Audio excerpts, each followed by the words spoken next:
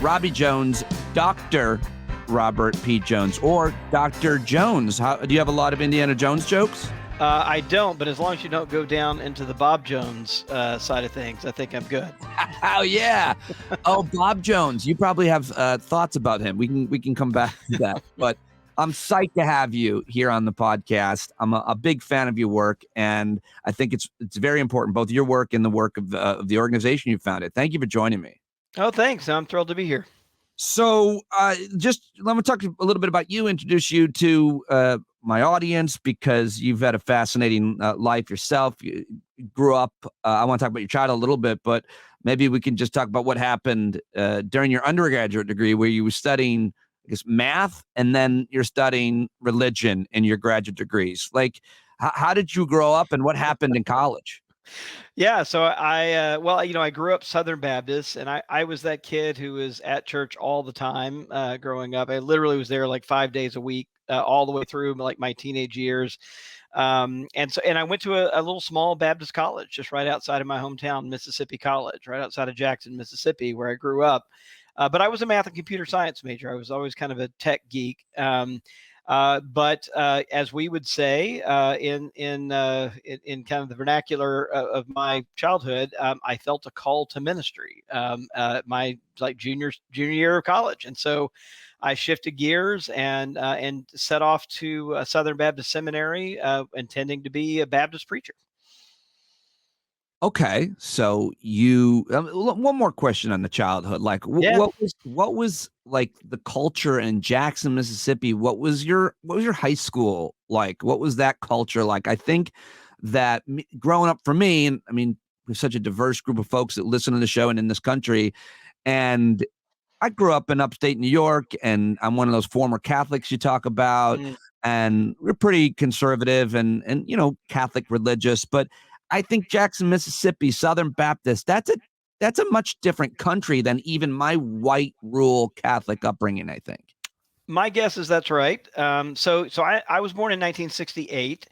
So I was in elementary school in the 70s. And so one marker of kind of how, Mississippi, not surprisingly, how far behind the country it was on racial justice issues is that I actually remember in the 1970s, the first African American kids coming to my elementary school. So our school did not get integrated until 1976. That's 22 years after Brown v. Board of Education, right? The Supreme Court decision to desegregate the schools. But that's how long the Jackson Public School Districts, and my school was one of the last ones to be integrated. But that was mid 1970s by the time that happened. And when I got to high school, my high school mascot was Colonel Reb. Right. In other words, a Confederate colonel and we were the rebels. And we were fully integrated. It was basically when I was there, Forest Hill High School, Jackson, Mississippi, it was about 50-50 white and black.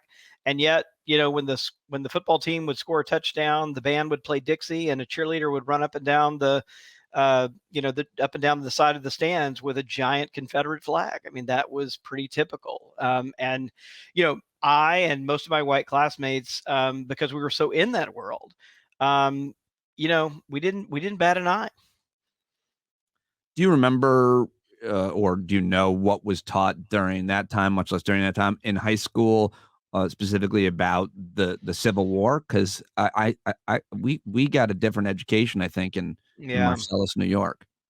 Well, it wasn't uncommon to hear only half in jest the term "the War of Northern Aggression," right, as a euphemism for the Civil War. That was sometimes said tongue in cheek, but there was always kind of this kernel of truth to it. But not a lot. I mean, I knew virtually, like literally, well, not virtually, literally nothing about Reconstruction. For example, we got nothing on Reconstruction, and even something as close to home in the civil rights movement as Medgar Evers, right? One kind of a giant early civil rights leader from Jackson, Mississippi. In fact, his driveway was only 11 miles from my driveway growing up, and I never heard his name. If you had asked me as a senior in high school who Medgar Evers was, I would have just stared at you blankly. Wow. Wow. So what happened in college? Was it college when you still had these aspirations to head down this very religious path and pursuit? Did something occur? A series of events? Did you meet some people? Did you have an epiphany? Yeah, it's funny. So I went to a Southern Baptist seminary, so still very much inside this world, that I'd grown up in, but there were a few things. I remember, for example, getting my first Greek New Testament. Right, we take Greek so we can read the New Testament in its original language. And one of the early things I remember seeing was uh, on those Greek New Testaments, there's the actual text of the Bible in the top part of the page. Then there's a line, and below that are all the variants of the text, right? Because there is no original manuscript. And so in these more scholarly editions, you get not only the kind of consensus of what the text probably is, but you get all the variants from various manuscripts historically. And that blew up a kind of biblical literalism, right? Maybe the first couple of weeks of seminary, that I was like, whoa, well, wait a minute.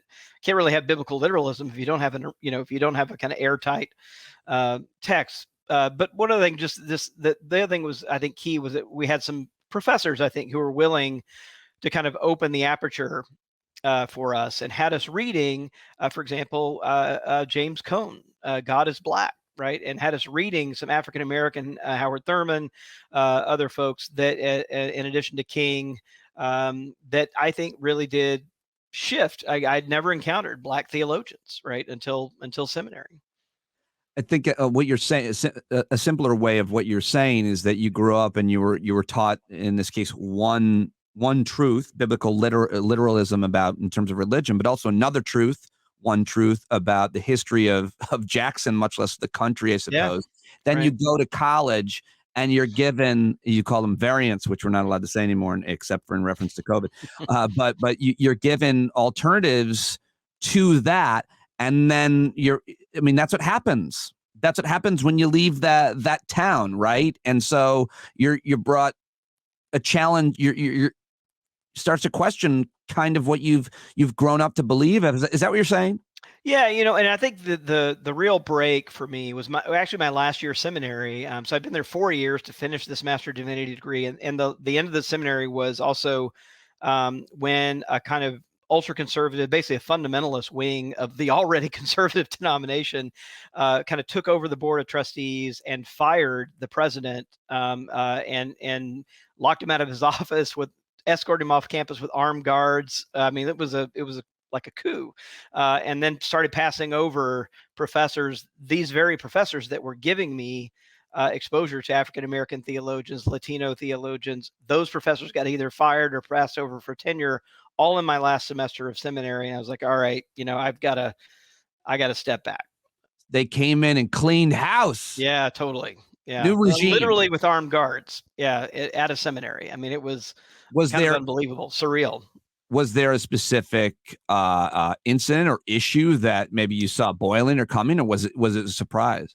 No, it kind of came out of nowhere, and it was really literally a set of trumped up issues that was really just about getting this guy out and their guy in, and they were all, of course, guys.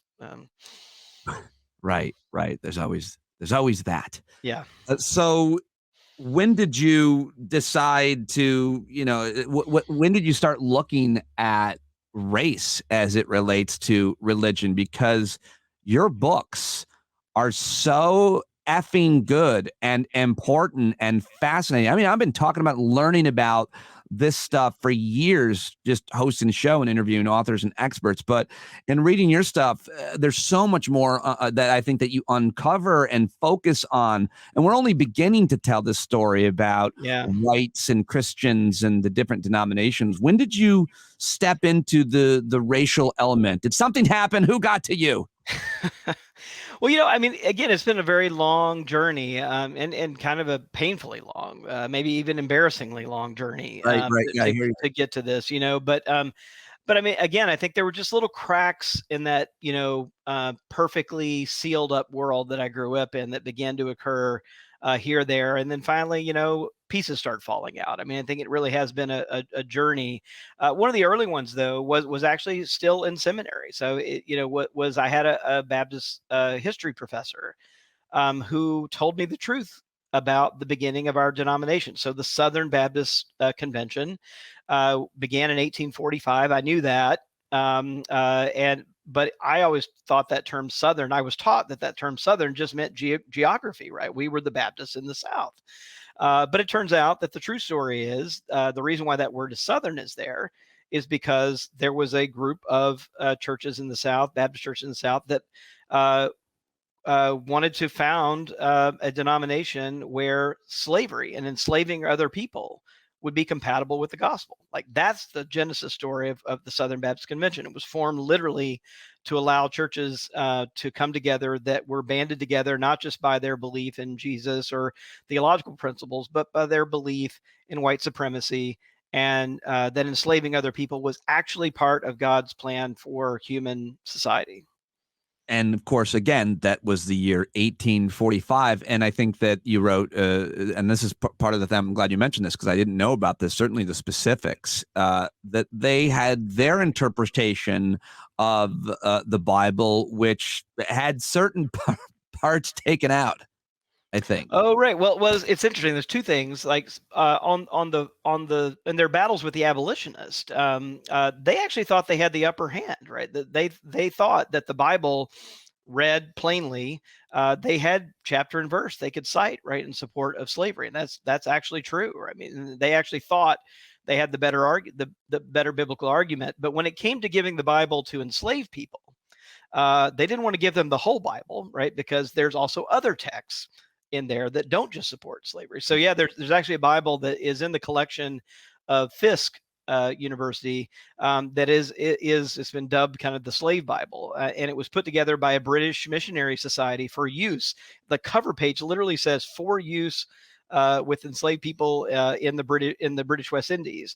But what it does is it includes, for example, the book of Exodus, but only parts of it, right? So it includes the enslavement of the Hebrew people in Exodus, but it actually excises their liberation from the text, right? So it includes, in the New Testament, it includes slaves obey your masters from Ephesians, but it cuts out of Galatians. In Christ, there is no slave nor free, no Jew nor Greek. Like, the equality verses get literally chopped out. And that was the version of the Bible deemed appropriate, right, for the use of enslaved people, because it wouldn't give them a foothold for claiming liberation or freedom.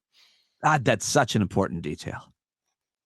Really, it's chilling. I mean, it just, I've seen the copy of it, and it's just chilling to see that.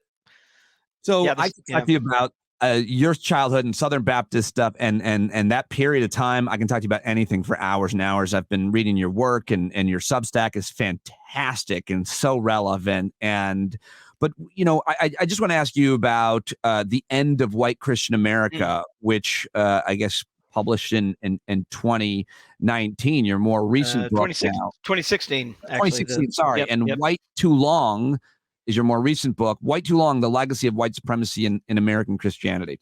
But first, the end of White Christian America. This, it's a provocative title, but you have, and your organization have, a ton of data here. So you can almost take the passion out of it and I think talk about the different denominations and who's winning or losing followers, and then the racial element of it all is fascinating and so important. What brought you to writing this book? Was it, again, a piece of data, a trend? It was both a trend and kind of the cultural moment we were in. So that book came out before Trump really steps onto the national stage running for president. So it's before that. But I think one of the things that book does is it does tell you, it explains the stage onto which he walked, right, in 2016. And so one of the things I did notice in the trends is that been a lot of kind of, there was already angst about, like, anti-immigrant angst, anti-Black attitudes, anti-Muslim attitudes. They were all about kind of othering non-white people, non-Christian, people. And it just all that kind of heat around that. And part of it was about the kind of strong demographic changes we were encountering. And so at PRI, we collect a lot of demographic data every year. We do about 100,000 interviews a year of Americans tracking attitudes and their kind of affiliations. So I had a big trove of data in front of me. And so I started looking, and one of the things I realized is that while some people have been writing about like the census data that, by 2040 or so, we're going to be a majority non-white country, and that's out there looming. But I realized that we had actually already crossed another threshold, and that is that we had moved from being a majority white Christian country to one that was no longer a white Christian country. And that culturally speaking, that was probably the more important threshold to set off a set of panic, set off some anger, that this idea of a white Anglo-Saxon Protestant country, right? We even have an acronym for that, WASP, that was really passing from the scene, and that it happened. We crossed this threshold during the presidency of our first African-American president. I think that's not incidental either. Like these things aren't causal, but the fact that they happened at the same time meant that white Christians were experiencing their kind of decline from being a majority demographic group at the same time that we had this symbolic presence in the White House of a non-white president that really, I think, made this very visible and real. And I think it did kind of stem this kind of visceral reaction among many white Christians in the country. My daughter and I always have our best conversations, both my daughters, in the car, and we were driving by a church, and we started talking about Christianity. And I realized, having grown up without any, we're not religious, that she just really doesn't have a great understanding of religion, much less Christianity. And then she started just getting really confused about what a Christian is. And I was trying to explain the different denominations, and I couldn't explain it very well. But you've got a tremendous amount of data in your book talking about how specifically white Christians had their alliances built over the years, or more importantly, divisions over the years. It was just mostly, in terms of religion and race, white Christian folks. And at one point, obviously, Protestants and Catholics for years at odds. We already talked a little bit about Baptists, and now we have to talk about Mormons. But let me make it easy for you, because I think you've used metaphors, but the kids today talk about text groups. Who is texting who gets kicked out of the group, and more importantly, and most specifically, how did the Mormons get invited into the text chat? Yeah. Well, we could also ask the same, how did the Catholics get invited into the text chat too, right? Because they were excluded in the past as well. So, well, the common thread might be, not to bury the lead, but the common thread might be white Christian text chat, I suppose. Yeah. I mean, it's a great metaphor, I think. And so, historically, what you would see is that there has always been a kind of Protestant Catholic split, right, among white Americans, and that has been, there have been people killed, right, over this split. This kind of Protestant Catholic. It's not just a kind of Irish troubles thing. We've had our own troubles here in the U.S. with a lot of anti-Catholic sentiment coming from white Christians. But inside the white Protestant world, there's basically two camps. One of them are the one we hear about all the time, white evangelicals, right? And then the other one are often called white mainline Protestants. And to kind of explain them, there's a kind of geographical and an ideological and a social class split. So basically, the evangelicals tend to be more heavily located in the South. They tend to be lower socioeconomic status historically. And then the mainline Protestants tend to be upper Midwest, Northeast, and a little bit up, or kind of more up the socioeconomic chain. And then white Catholics, heavily immigrant group with kind of 19th century immigrants, big influx of Catholics in the late 19th century. And these groups have typically been at odds. But one of the interesting things that has happened is, as their numbers have shrunk, they have banded together. And in ways that would have been almost impossible to imagine even 50 years ago. But what's happened is, as they've shrunk and as they realize their kind of individual power is shrinking, those barriers between them have actually come down. And as you said, so if we're thinking about like the group chat, what used to be just a white evangelical group chat, right, is now including some portion of the main line, some groups of white Catholics. And as of late, I think particularly you saw it with Mitt Romney's run for president, even a group that had been considered a cult by many white evangelicals, certainly what I was taught about the LDS Church growing up. That barrier's come down too. But I think it's because as white Christians have gone, and the numbers are, I haven't said the numbers, but basically if you go back to 2008, 54% of the country was white and Christian. That number today is 44. right? So just between Wow. 2008 and today, we've crossed the 50% threshold, but it's also been a 10-point drop in just a little bit over a decade, and that's been kind of accelerated, and so I think it's why people feel it, because it's been even if they don't know the numbers, you can see it in the fewer number of young people showing up at church. You can see it in your communities with churches closing, those kinds of things. I think there's evidence that people see even if they don't know the numbers. They feel it. I mean, you can see it in a church being turned into turned into a pawn shop, a bar, Sure. Restaurant. bank, Yeah. I suppose. Yeah, there's a lot that you can see, and the reaction to it is something that you and your organization have covered so much as well. I mean, you've got a lot to say about, and I think in the afterword of the paperback of White Too Long, you've got an edition now on the insurrection, and we can talk about the QAnon movement and the religious overtones there. So we could also continue to talk about the end of white Christian America, but I definitely want to get to your most recent book and even what you've been writing about in at your Substack, which is so good. I've just subscribed to. It's the book is White Too Long: The Legacy of White Supremacy in American Christianity. I see you making a lot of appearances. I see you talk to a lot of civil rights leaders, Black religious leaders, and others for this book, and those conversations are really important and super fascinating, because you're clearly grappling with and struggling with this legacy of white supremacy in American Christianity. Some people still reject and roll their eyes or are outraged that you would even equate the two. It's got to be tough for a lot of people to hear about this, and I have some empathy for them as they learn the truth. What is the truth? Yeah. Well, I should just say, I don't really see this as a finger wagging book. It's I not. see this as a confessional book. Yeah, yeah. The word that James Baldwin often used about his own writing, it's kind of stayed with me. He's also a writer who's really changed my perspective. Hmm. And he talked about bearing witness, right? That we all have our little piece of the truth, right? And we try to bear witness to it as best as we can. And I think, for someone like me who looks like me, who grew up so deeply in this world, and then realizing how steeped this world has been in unconscious and conscious commitments to white supremacy.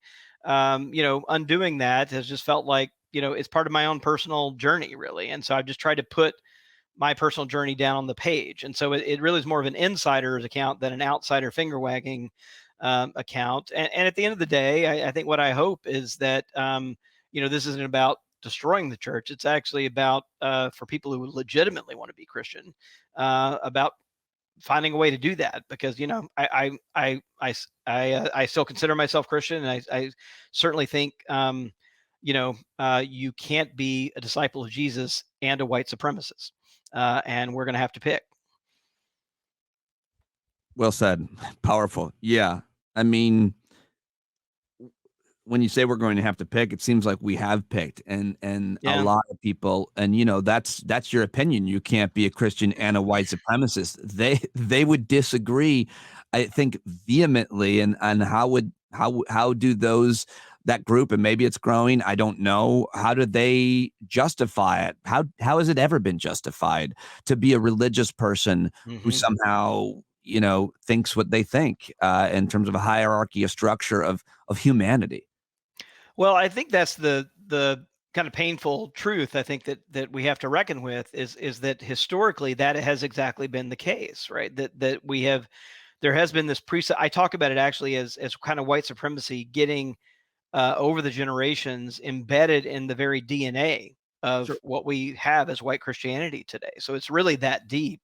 Sure. And so, we understand. I mean, it's actually the version of Christianity that even lands on American shores, right? It comes from Europe. You can trace it at least as back in explicit forms to the 15th century. So, we all know the date 1492, right? And many of us memorize, like, Columbus sailed the ocean blue, right? We kind of know that number. And recently we've gotten another number. The 1619 Project has given us another number to kind of peg American history to. But a date not many Christians know much about is 1493. the very next year. And what's going on there is that is the year that that the head of the Western Church, the Pope, declared this thing called that came to be known as the Doctrine of Discovery, which was a white supremacist, European supremacist document that basically said, look, it was an official church declaration that said, if anyone from Europe encounters on their travels people who are not Christian, they can, with the blessing of the church, dominate those people, claim their land with the power of the state and the blessing of the church. That's an official church doctrine, right? And that's the version of Christianity that literally lands on the shores of North America. So it's that deep. To be fair, they have since denounced the doctrine of 1493. Yeah, it's true. There's been some apologies issued and all of that, but right, but here's the thing, right? But how much of that runs through? I mean, I could give you right from my own church growing up. I mean, I also remember in Jackson, Mississippi, we tried to have just simply, this is in the early 80s. So even after the schools are integrated, our soccer team, which was integrated, wanted to have after the season, like during my teenage years, wanted to have a after the season pool party. We booked the Moose Lodge in Jackson, Mississippi. And the day before, we got word that because we had black kids on our team, we couldn't use the pool. And we literally had to find another venue, right? And if that the Moose Lodge, the Rotary Club, the YMCA, I mean, all these things were kind of part of this kind of white Christian, milieu, right? And we had to find another place to have the end of the season party, but and it just wasn't questioned. And again, all that stuff about the Confederate imagery at my high school, my church had not one thing to say about that. When our schools were integrated, changing our entire social world as kids, right? I'm 7 years old. All of a sudden I've got not just white kids around me, but like that's a moment you want to give a kid some framework, right? For understanding this social change in their world. Our church was absolutely silent, had nothing to say about why this is happening, what the history is, what we might, how we might understand, what's happening here. It just had literally nothing to say. And I think the reason it had nothing to say is because churches had been part of the structure supporting segregation in the South. And in fact, I often say this is true. Like, if white Christians at any point in our history had stood up and said no to white supremacy, had stood up and said no to slavery, had stood up and said no to segregation, it would have ended overnight. If powerful white Christians. Yeah, I mean, well, they had such a lock, right? I mean, white Christians had a lock on government. They had a lock. I mean, I give an example in Jackson, Mississippi. First Baptist Church in Jackson was not just kind of the tallest steeple in the state, but it was in the early 1960s. It was the home of Governor Ross Barnett, one of the most segregationist governors, and during the Civil Rights era. And it was also the home to the Hederman brothers, which ran all of the major media, the Clarion Ledger, WLBT News, and they had a lock on, and so they all went to church together.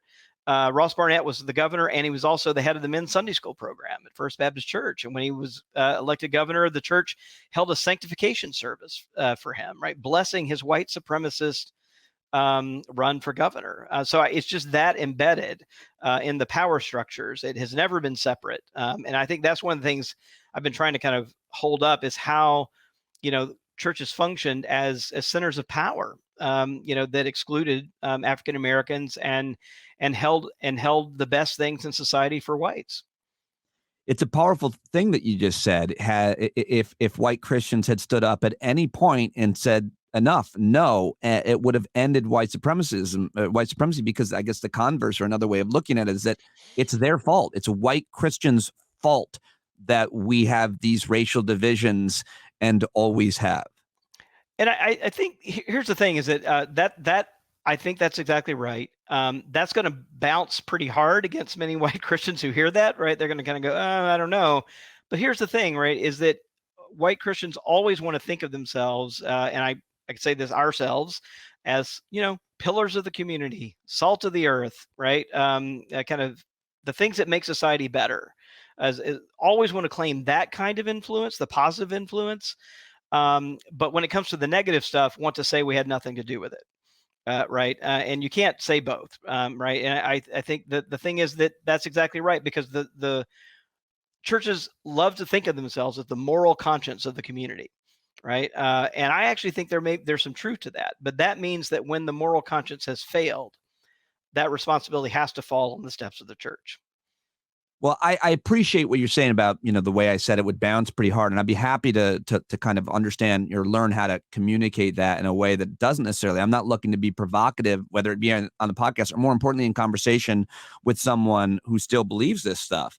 And I think that's really important how we talk to people. I'm learning that more and more here on the show. Is I don't want to give up on human beings because they were brought up at a time and a place, or even now, only given. You look at these kids uh, in Lauren Boebert's photo yesterday, her kids holding those guns, Mm, and your heart just bleeds for those boys or the other guy, because they don't even know. They have no idea when maybe one of them or all of them, when they're teenagers, like, I can't believe you put a machine gun in my hand mm, like that. They didn't know better. Like, so I look at some adults as those kids. They didn't know better. They don't know better. I think about white supremacy a lot that way. You and I both grew up in pretty white worlds, it sounds like. And so I think that you have to have a certain type of empathy. So that's why I'm mhm, just talking for so long about how communicating is important, because I know that you believe this is just why you do this work. You want to connect people with all of this information that you've learned and that you're writing about and that your organization is polling. You want to get it out there. You don't want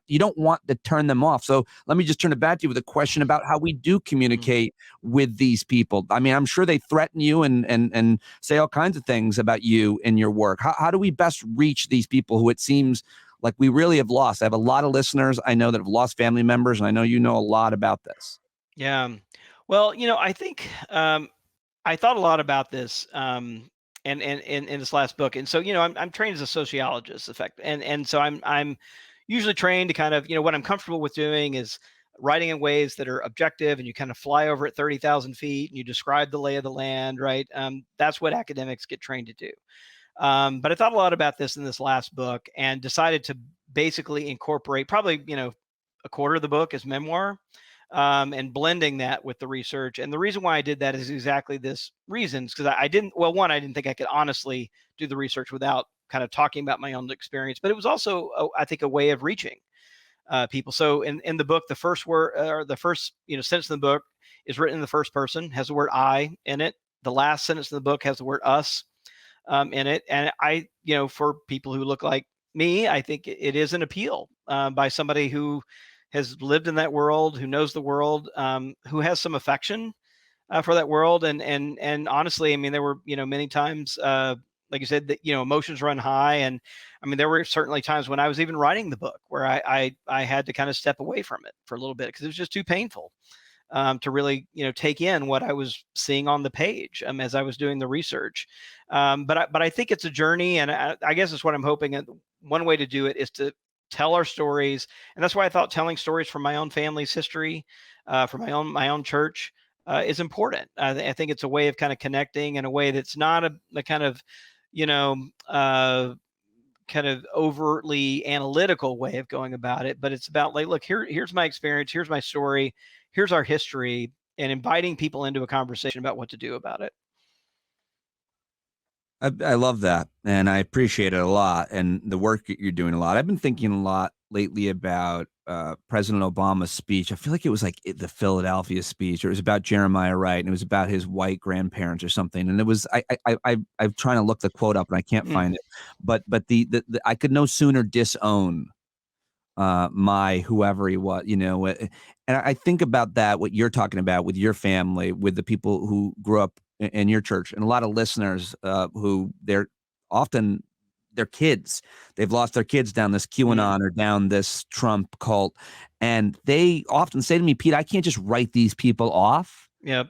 These are my kids. I love them. And like, they won't talk to me, but I love them. I don't hate them because they believe a lot of crazy, crazy hate-filled stuff. I can't. How do you square that and thinking about that kind of quote? I can't sooner disown, because Hmm. it does seem like we're quickly just writing people off and dehumanizing. And I do this all the time. Like, that guy's a white supremacist. Enough from him. Like, I do it all the time.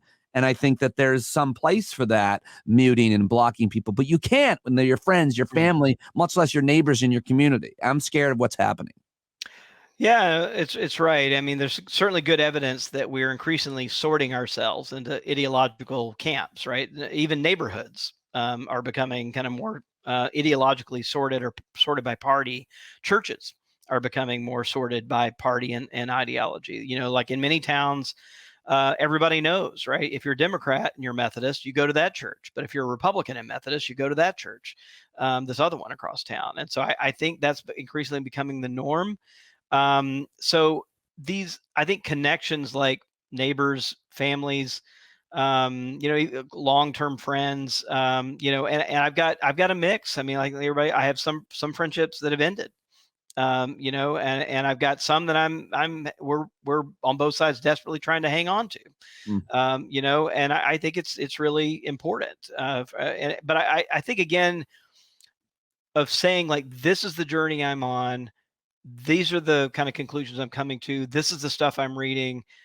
There's a way of kind of just saying like, this is where I'm at, right? And this is the journey I'm on because I care about you, because I'm in relationship with you. I want to like be honest about that. I know that's not where you're at, but I think there's a humility, that we can use here that doesn't give up on what we think is true and what we think is important to say, or ground we think it's important to hold.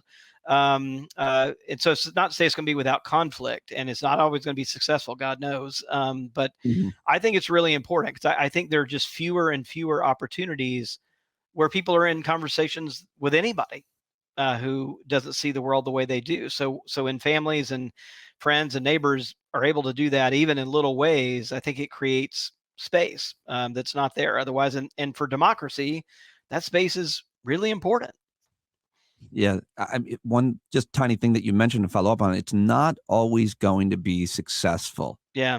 And you kind of have that reaction like, God knows it's not. I think it's important to admit that about everything in life because we're very committed to 100%, whether it's a diet or a friendship. But I do think it's really important because I think that's where the giving up on people is like we put them in a category of like, I'm not even trying. And I think Yeah. it's important what you said. It's not always going to be successful. Maybe sometimes it is though. Sometimes you're going to maintain that relationship. Sometimes maybe you're going to open a door or a window for somebody to see the light around some kind of issue, certainly in dealing with race. And I'm sure you've had a tremendous amount of success, both with your organization, your books, and now your Substack at enlightening people. I mean, you've got a piece today about the whole history of the baby Jesus and Mm. whiteness and blackness and this painting being stolen, which is so important, this piece. So I wanted to get to that. I'm babbling here. There's two more questions I definitely want to ask you. 2020 insurrection in January 6th. We're about a month away. The QAnon influence, and I feel like there's a huge overlap with white Christians on QAnon, almost exclusively. It's hard to see the difference at some points. What in the new addition to the paperback version of your book, which I haven't gotten yet, and I cannot wait to get and read, although I heard a supply chain issue is preventing it from getting out, but you can get it. Cokesbury has it. Cokesbury Bookstore. Yes. Got it. Got it. Go get it there, everybody. Yeah. So what can you just tell me a little bit about that new edition and what you say about the insurrection, and how you think, where you think it plays in your work? Yeah. Well, I wrote a piece on January 7th for Religion News Service that I got to rework a bit for the afterword of the new paperback This is another edition. great. Sorry to jump in. Don't want to interrupt, but I had Jack Jenkins on. Religion News Service is a great source of information. Just want to plug that where you also contribute. Yeah, go ahead. Yeah, no, I'll second that. And Jack in particular has been all over these issues, and really, really important reporter. In fact, on the issue of the Catholic University of America, the painting still in there. I mean, I picked that up because I first saw Jack writing about it at Religion News Service. So yeah, it's a really important, Yeah, he's great. really important source. So where are we going on this? The January 6th. Oh yeah. So I wrote a piece January 7th, and then was able to kind of rework it a little bit. And the thing that I was struck by, and I know Jack and other religion reporters too, was that got underreported in the mainstream news, were all the religious symbols there, right? So there weren't just, it wasn't just the sea of Trump flags and Confederate flags. But in one image that there was like the breached Senate chamber. You see the Confederate flag being marched through the halls and into this breached Senate chamber. And then there's another image that where the Christian flag, which is if you're Protestant, you probably saw this flag up on the platform on one side of the pulpit. Like in our church growing up, we had the Christian flag on one side, the American flag on the other, right on either side of the pulpit. And it's a white flag with a blue canton and a red cross in the corner. March right alongside those Confederate white supremacist symbols and Trump supporting symbols. And so I think we have to take that really seriously. And this threat, that is not just partisan, but it really is about supporting, autocracy, undermining democracy, and violence. I mean, that's the thing, right? Not just kind of strong arm tactics in a metaphorical way, but literally being willing to pick up weapons and engage in acts of violence. And when we pulled on this, I mean, it's extraordinarily difficult to pull on, as you might imagine, because it's kind of this swirl of of wild beliefs. But even when we asked questions that were about some of the most extreme elements of it, like, do you believe that there is a group of Satan worshiping pedophiles, right, that's secretly controlling the government? Do you believe that there's going to be this sweeping away of a purge, basically, of people in power, where the rightful people will be magically kind of installed? And then finally, do you believe that things are so bad that I think the way we worded the question was things have gotten so off track that true American patriots may have to resort to violence in order to save the country, right? And we have on that question more than a quarter of white evangelicals, for example, saying yes. That they can imagine. It's 30% of Republicans, a little more than a quarter of white evangelicals saying they can imagine, harming or killing their fellow citizens. That's pretty far afield from turn the other cheek, in the New Testament. But that's where we are. Real quick, palate cleanser, your favorite dessert? Key lime pie. Oh, good man. I like that. I like that. Oh man, that's good. All right. Well, I love talking to you. This is so important. My last question is just about the sweet baby Jesus, Yeah. and the whiteness versus the blackness. And by the way, we probably could. I wonder if you can connect white Jesus to white Santa at all, because it's that time of year. Anyway, you have a really thoughtful, most recent post that I not literally, was like so impressed by this at your Substack. I'm trying to find the exact title of it now, but it's obvious Advent, Race, and the Intimacy of Incarnation. Why we must see beyond a white baby Jesus. I don't read through full articles as much as I used to, but I definitely read through this whole piece, and it's filled with nuggets of information and super important and super relevant for this time of year. Great work. Could you just tell me a little bit about it? Thanks. Yeah. Well, as I mentioned, I got onto this because I was already thinking about Advent,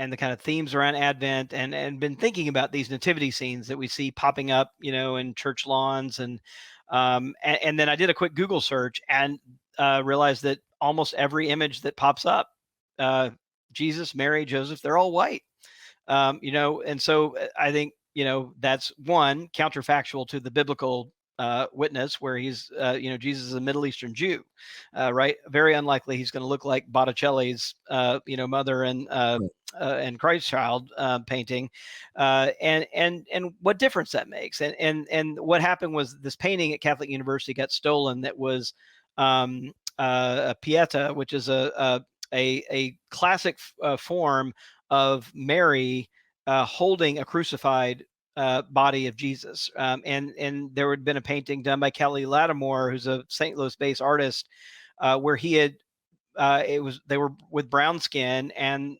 Jesus bore a likeness to George Floyd, and it was actually drawn as a way of mourning George Floyd. And to Catholic University's credit, it's a classic piece of art. Yeah. with the white Virgin Mary and baby Jesus, That's right. and Yeah. the new version, I think, was it commissioned?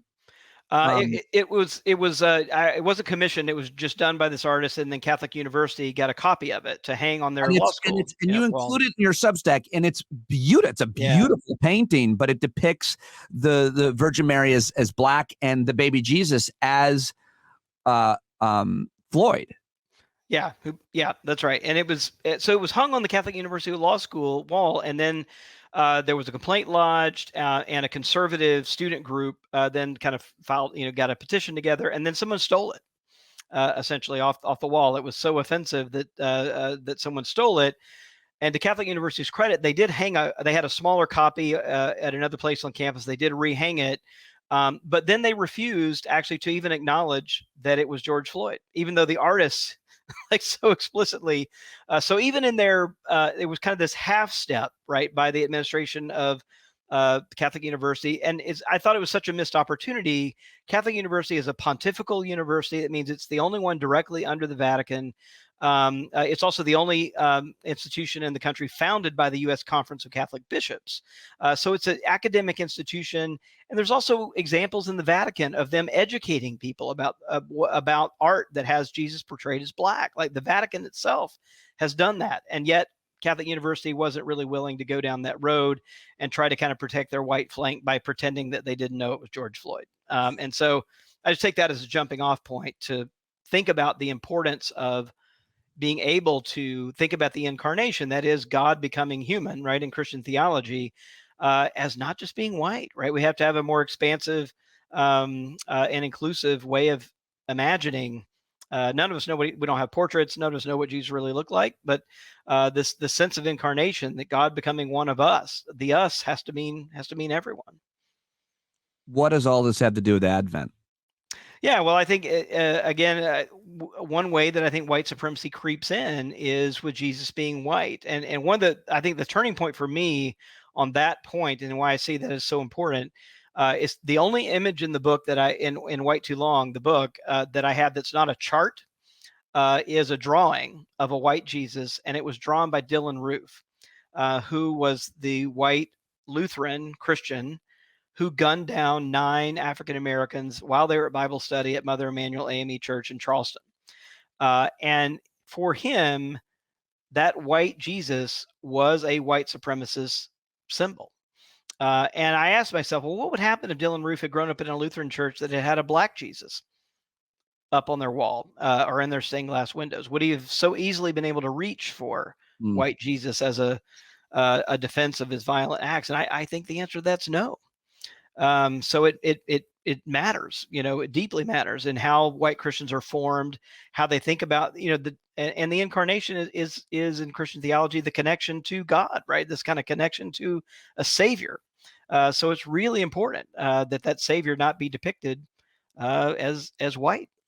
You're a real white smart only. guy. You're a real smart guy, very well educated guy, doing excellent work. But I'm always more interested and attracted to, especially men who, within their scholarly work like yours, become vulnerable, as you have in your books and as you write in your most recent Substack. You say, I confess that growing up, I would have had a difficult time thinking about Jesus, the light coming into the world, as a baby with black or brown skin. You actually write that.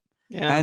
And you go on to talk about it, and that is why your work is I think so exceptional, because of how vulnerable and honest you're being. And so just a final note on that, why is that important specifically, not what you're writing there, but why is it important, do you think, for you to be so transparent and honest and vulnerable in your work? Well, I mean, I think for one thing, it's part of the journey I'm on. And so, I think when I write, one of the best things writers can do is be as honest as they can. I mean, we all have, a candle we're holding in front of us, and it casts light, as far as we can see. And I think our responsibility is to bear witness, and that term that with Baldwin, to that piece of things that we can see. And I'll give Baldwin another, shout out here, that one of the things that always stay with me is he has said, kind of famously said, look, not everything that can be faced can be changed, but nothing can be changed unless it is faced. And so I think holding this light out as far as I can see, being honest about my own journey, it is important because I really think in so many ways, the white Christian church in this country is lost. And it's literally lost itself because of this commitment to white supremacy. And if it's going to find itself again, the only way to do that is to really face this really troubling history. Well, you're doing very important work. I do, however, think it's a little much for listeners who couldn't see it, that Robbie was holding up an actual candle during the metaphor, and how he had that handy, and a kerosene lamp now, and I made it all up. But it's a perfect metaphor, and I appreciate you shining that light on me, and I'm psyched to have you on today, and I hope that you'll come back because I really enjoyed this, and I've even more sometimes. I enjoy, during the prep, reading your work and learning so much, and your writing has been great, and watching some of your other talks. So psyched to have you. Keep up the good work. Keep shining that light, and I hope you'll come back and talk to us again soon. Oh, thanks. I'd love to anytime. It's been a great conversation. So yeah, thanks for the show.